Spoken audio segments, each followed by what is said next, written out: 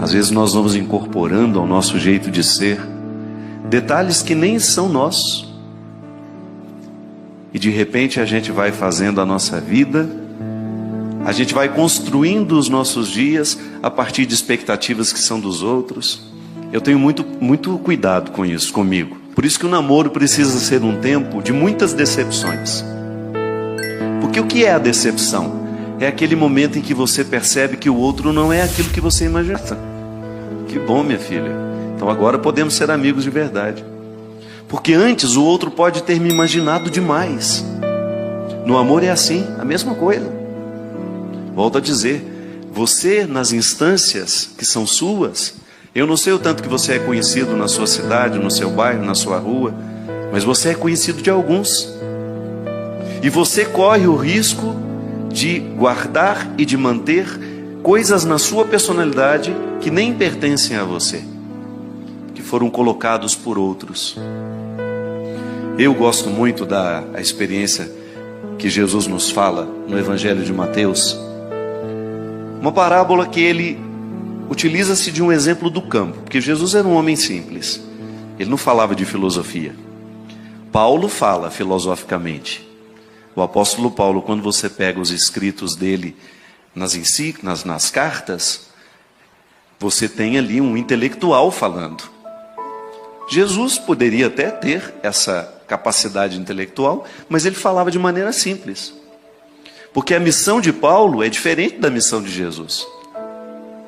Paulo tem o grande objetivo de tornar Jesus conhecido no meio daqueles que não acreditavam. Então ele precisava das rebuscações, intelectuais para poder para convencer aqueles que estavam ouvindo, para que pudesse dar a ele uma credibilidade. Jesus é muito direto. Ele fala de maneira muito simples, porque o grande desejo dele é tocar e transformar o coração de quem o escuta. Então você vai ver em muitos momentos Jesus utilizando-se de exemplos da vida do campo, porque ele falava com lavradores, ele falava com pescadores, e essas pessoas só podiam entender se ele falasse assim, com essa simplicidade. Mas essa simplicidade é de uma profundidade que ainda hoje continua nos falando. Deus nos fala com a voz que a gente sabe ouvir. Ele não vai falar com você a partir de uma linguagem que lhe é diferente, não. Sempre que Deus quer falar comigo, Ele fala a partir da linguagem que eu entendo. Ele vai utilizar-se de todos os recursos que são próprios da minha alma. Então, se você gosta de arte, é natural que Deus vá se revelar de maneira muito especial a você através da arte. Se você é muito religioso, Deus vai ter facilidade de se manifestar na sua vida através da religião. É por isso que a gente precisa ter muita paciência com aqueles que não vivem igual a gente, que não escutam a mesma voz que nós escutamos. Fica tranquilo, mais cedo ou mais tarde Deus falará com aquela pessoa com a linguagem que ela sabe ouvir. Porque o grande desejo de Deus é comunicar-se a todos nós. Você como pai, você não precisa falar linguagens diferentes lá na sua casa? Você como mãe, tem 5 filhos, dá para falar igual com todo mundo? Não. Seria uma tolice da sua parte querer falar com todos os seus filhos, utilizando-se da mesma linguagem. Você fala de um jeito que o seu filho, aquele específico, entenda. Porque é seu desejo comunicar-se. Por isso que é bom a gente observar o outro, porque lá você vai com um jeitinho que vai facilitar a palavra cair no coração dele. Quando eu falo a palavra, é o dia a dia, não estou falando só da palavra de Deus, não. Às vezes você precisa dar um conselho para uma pessoa, você sabe que aquela pessoa está necessitada daquele conselho, mas se você chegar com os recursos errados, como diz a própria palavra, Sagrada Escritura, é jogar pérolas aos porcos. Não que o outro seja um porco, não. É que às vezes o espaço, a maneira como nós escolhemos fazer é porca. É precioso o que eu preciso dizer, mas se eu digo com arrogância, você nem presta atenção no que eu estou dizendo, não. Eu, particularmente, tenho muita dificuldade de prestar atenção num arrogante. Pode estar falando a coisa mais verdadeira do mundo, aquilo não me toca. Essa semana eu estava lendo a entrevista que a Adélia Prado deu ao jornal O Globo. Não sei se alguém aqui teve a oportunidade de ler. Se não, dá uma pesquisada na internet. A simplicidade com que aquela mulher faz uma leitura do Brasil a me comoveu, porque ela disse que a tragédia de Mariana, aquela lama toda, é a expressão de uma lama maior. E ela falou que ela tem medo dessa lama. Aquela tragédia expressa outras tragédias nossas. Uma mulher simples, extremamente sábia, intelectual, mas que fala com a gente de uma maneira tão direta que é impossível a gente não ficar tocado e, mais que isso, modificado por aquilo que o outro disse para nós.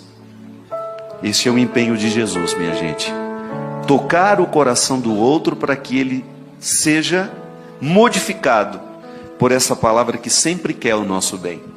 Se você procurar no Evangelho alguma palavra que seja contrária à sua felicidade, você pode me apresentá-la? Não. Toda e qualquer palavra dita por Jesus é sempre favorável ao crescimento daqueles que escutam. Até quando essa palavra é mais dura. Porque você também, como mãe, sabe que apesar de todo o amor que você tem pelo seu filho, a palavra dura faz parte do processo educativo. Não tem como você amar o seu filho e educá-lo sem a palavra dura, vez em quando. Mas aí você encontra o formato certo para dizer a palavra dura. A palavra dura precisa ser dita de maneira que aquela criança ou aquele adolescente, ou até mesmo aquele jovem, identifique que ela lhe é favorável. Sim. A palavra deverá ser sempre favorável, deverá despertar em nós a consciência do que nós precisamos jogar fora para que prevaleça a nossa verdade pessoal.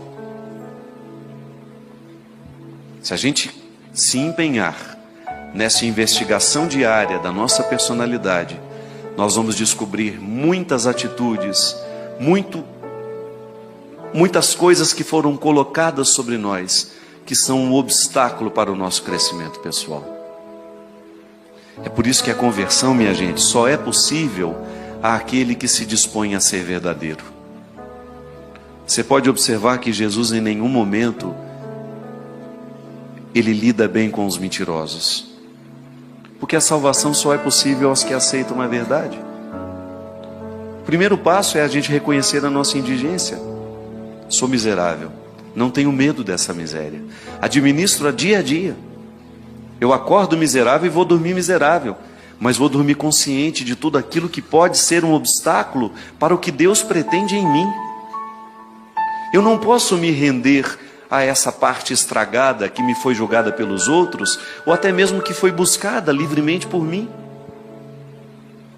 Jesus fala dessa realidade a partir do joio e do trigo. É o Evangelho que eu faço questão de que seja a pauta deste programa de hoje. Então Jesus deixou as multidões e foi para casa. Seus discípulos aproximaram-se dele e disseram... eu vou pegar um pouquinho antes. Jesus apresentou-lhes esta parábola. O reino dos céus é como alguém que semeia boa semente no seu campo.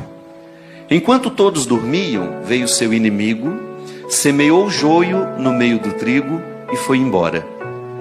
Quando o trigo cresceu e as espigas começaram a se formar, apareceu também o joio. Os servos foram procurar o dono e lhe disseram: Senhor, não semeaste boa semente no teu campo? De onde veio então o joio? O dono respondeu: Foi algum inimigo que fez isso. Os servos perguntaram ao dono: Queres que vamos retirar o joio? E ele disse: Não.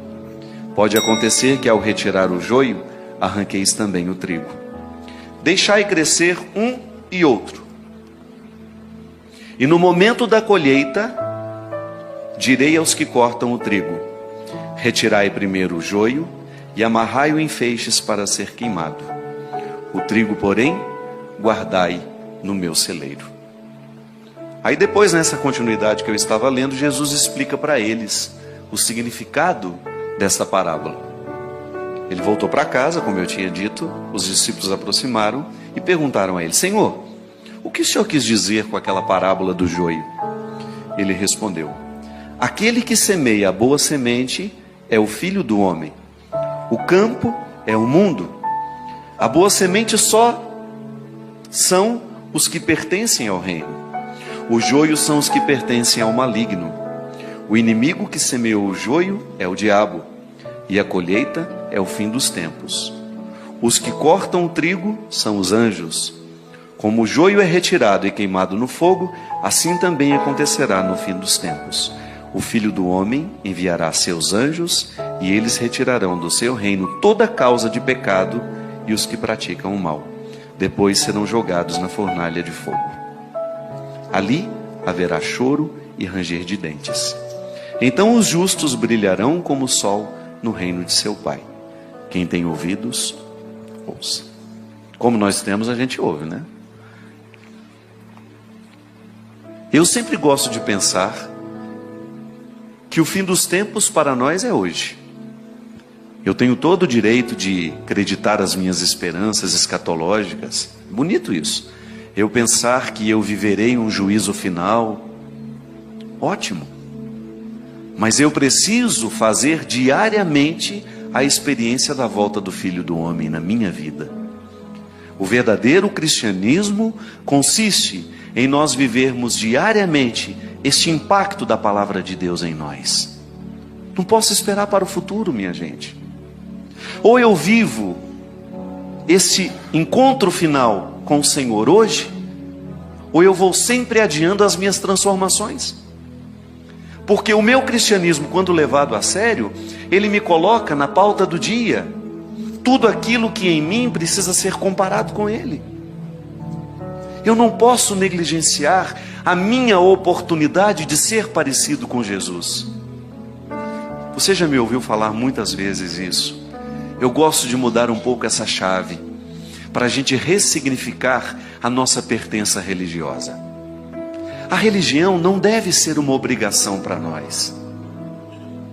Eu sei que você cresceu aprendendo que era obrigação ir à missa, confessar-se uma vez por ano. Eu sei que você cresceu aprendendo que o jejum é obrigação. Tudo foi obrigação na nossa vida, quando o assunto era religião. Esqueça isso. Apague isso. Cada vez que eu vou participar da Eucaristia, eu estou manifestando publicamente o meu direito de receber a vida de Cristo em mim. Não é porque eu sou obrigado a ir, não. Obrigação é um conceito muito frágil para ser sustentado nos dias de hoje, onde as pessoas têm tanta consciência de liberdade. Isso pode ter funcionado no tempo dos nossos avós, que subjugavam a vontade de seus pais, de seus superiores. Não, quanto mais livre vai se tornando uma pessoa, menor é a sua necessidade de obrigações. Quanto mais livre o coração se torna, menos você quer obrigações, você quer direitos. É igual a cidadania. Eu não jogo lixo na rua porque alguém está me observando e depois vai me punir. Não, não é por isso não. É porque eu tenho consciência que eu sou cuidador daquele lugar e eu tenho o direito de que ele permaneça limpo. Modifica, é uma chave que modifica dentro de nós. Eu quero ser parecido com Jesus. Quero sim. No meu modo de pensar, no meu modo de agir, no meu modo de ser, no meu modo de falar. Porque eu já concluí, a vida me fez concluir, que quanto mais parecido eu sou com Ele, quanto mais eu faço as escolhas que Ele fez, quanto mais eu penso como Ele pensou, maior é a oportunidade que eu tenho de potencializar aquilo que Deus me deu humanamente falando. Aí a gente ganha, você ganha, eu ganho. Por isso, cada vez que eu vou dormir sem ter feito o meu juízo final, que você pode chamar do que você quiser. Todo homem, toda mulher que leva a sério o seu cristianismo, precisa fazer o seu juízo final antes de dormir. Como foi que eu vivi hoje? Como foi que eu tratei as pessoas? O que eu escolhi hoje? O que eu vi? O que eu ouvi? Quais foram as escolhas que determinaram hoje o meu jeito de ser? Aí você está fazendo o que Jesus falou, dando uma olhada no campo da sua vida, na seara da sua vida, e identificando onde é que está o joio, que é aquilo que pode ser favorável ao seu crescimento humano, e onde... O joio não, né? Desculpe-me, é o contrário. Ainda bem que você estava atento e me olhou assim. Onde é que está o trigo? Tudo aquilo que é bom em você. Quantas pessoas semeiam trigo na sua vida? Hoje, por exemplo, muita gente pode ter semeado trigo na sua vida. Em mim, muitos. Um sorriso bonito que nos oferece é um trigo que cai no nosso canteiro. Uma palavra bonita que nos oferece. E quando eu falo bonita, comprometida, o bem. Um gesto de amor que uma pessoa faz, de delicadeza que uma pessoa faz com a gente na fila do banco. É joio? Não, é trigo. Aí você faz a leitura da seara e você pensa: hoje tudo isso foi semeado em mim para me tornar um campo fértil. É o reino de Deus crescendo em mim e em você através das nossas escolhas. Mas eu sei que também tem muito espírito de porco solto pelo mundo afora. E tem muita coisa ruim que cai o tempo todo sobre você. Uma fofoquinha que você vê no Facebook, você dá asas àquilo, aquilo te desagrada, te deixa chateado. Uma briguinha que aconteceu ali no Twitter e você levou aquilo a sério. Ou até mesmo uma fofoquinha que você fez, uma palavra maldosa que você soltou, uma palavra que você sabe que não edifica quem lê. Apenas por um mecanismo de carência, muitas vezes a gente faz. Nós semeamos joio nos outros e os outros semeiam joio em nós, é natural. Tem gente que tem a mão cheia de joio o tempo todo, porque está precisando se curar, está precisando ir para terapia, está precisando de um bom psicólogo, um bom terapeuta, um bom psiquiatra. Tem gente que faz estrago no mundo o tempo todo, semeando misérias. Mas nós não podemos admitir esse papel ser nosso. Cristão, não, a nossa postura deve ser outra. O nosso compromisso deverá ser diário, em não permitir que o mundo seja semeado por coisas ruins a partir de nós. Então, minha gente, quando nessa canção a gente diz: nem tudo que sou é meu, é você ter coragem de jogar fora aquela mágoa, porque ela foi semeada por alguém que só tinha joio no coração. Não leve para a cama. Nem tudo aquilo que você se tornou é você. É preciso ter coragem de arrancar pela raiz. É preciso ter coragem, se for preciso, recomeçar a vida, mas a partir de uma verdade. Reunir o trigo que foi semeado em você, tudo aquilo de bom que você recebeu dos seus pais, dos seus amigos, das pessoas que passaram pela sua vida, porque até mesmo as pessoas que nos amam, ainda que não estejam conscientes disso, jogam joio no nosso processo humano.